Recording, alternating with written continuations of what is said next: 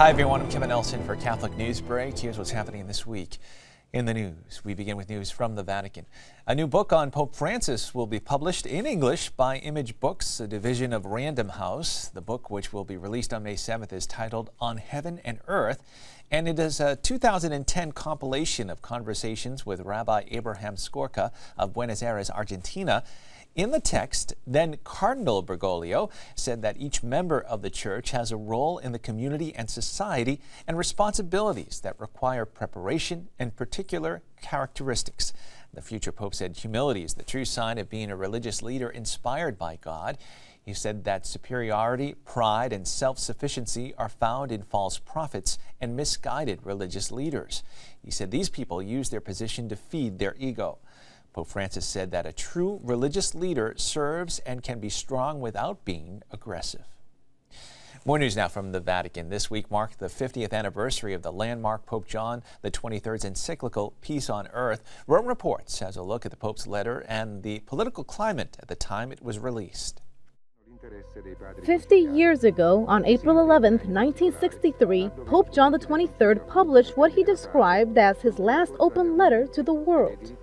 The encyclical Pacem in Terris, which means peace on earth, was released at the height of the Cold War. It was published around the time when the Cuban Missile Crisis was uncovered, which could have potentially unleashed a new world war. At the time, the Second Vatican Council took up most of the Church's attention, but still the Pope took the time to write it. Today, it continues to be a point of reference in understanding the social doctrine of the Church, especially in terms of conflict resolution. In it, Pope John XXIII explains that the conditions for peace are authentic when based on truth, justice, and love. The 5 chapters include the rights and responsibilities of human beings, their relationship with public authorities, and public policy. It also focuses on the role of international public authorities. One other note from the Vatican, Pope Francis released a message April 11th during a private audience with about 120 members of the U.S.-based Papal Foundation and their families.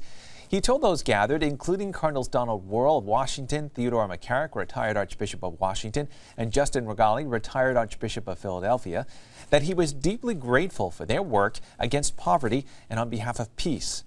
Instead of reading his speech, Pope Francis personally greeted each of the participants.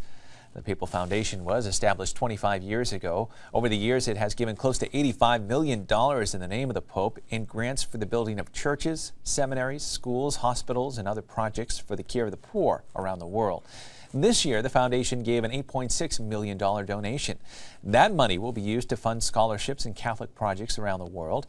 The many projects they funded last year included the restoration of a Carmelite convent in Argentina. In news now from around the country, Los Angeles Archbishop Jose Gomez concelebrated Mass with Pope Francis at the Vatican this past week. Catholic News Service spoke with Archbishop Gomez about the opportunity and about the Pope's homily. We had a group of pilgrims coming from the United States for the meeting of the Catholic Association of Latino Leaders.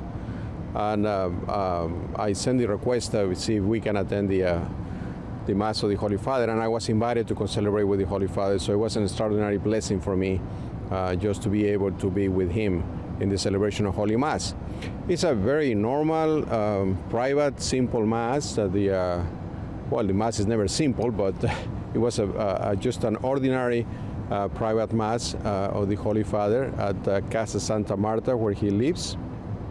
And he gave a beautiful homily on the Feast of the Annunciation, talking about the humility of our Blessed Mother, who received the call to be the Mother of God, and also the humility of God coming to earth. Jesus Christ, who is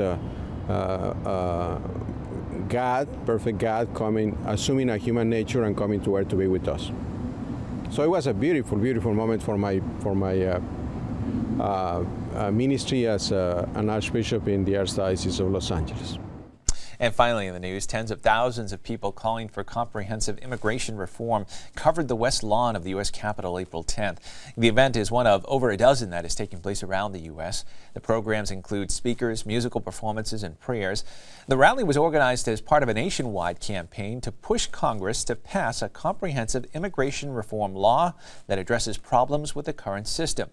In the Senate, a bill which is reportedly almost ready to be unveiled is being crafted by the bipartisan Gang of Eight.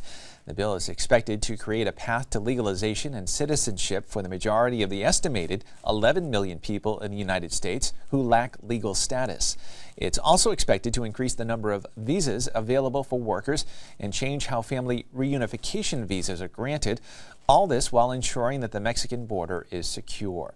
President Barack Obama has been pushing for such legislation, but he is giving the Senate panel time to pull together a bill that might draw votes from both parties. Well, that is all the information we have for you at this time. Please stay with Catholic TV for more Catholic news. Until then, I'm Kevin Nelson, and I'll see you next time on Catholic Newsbreak.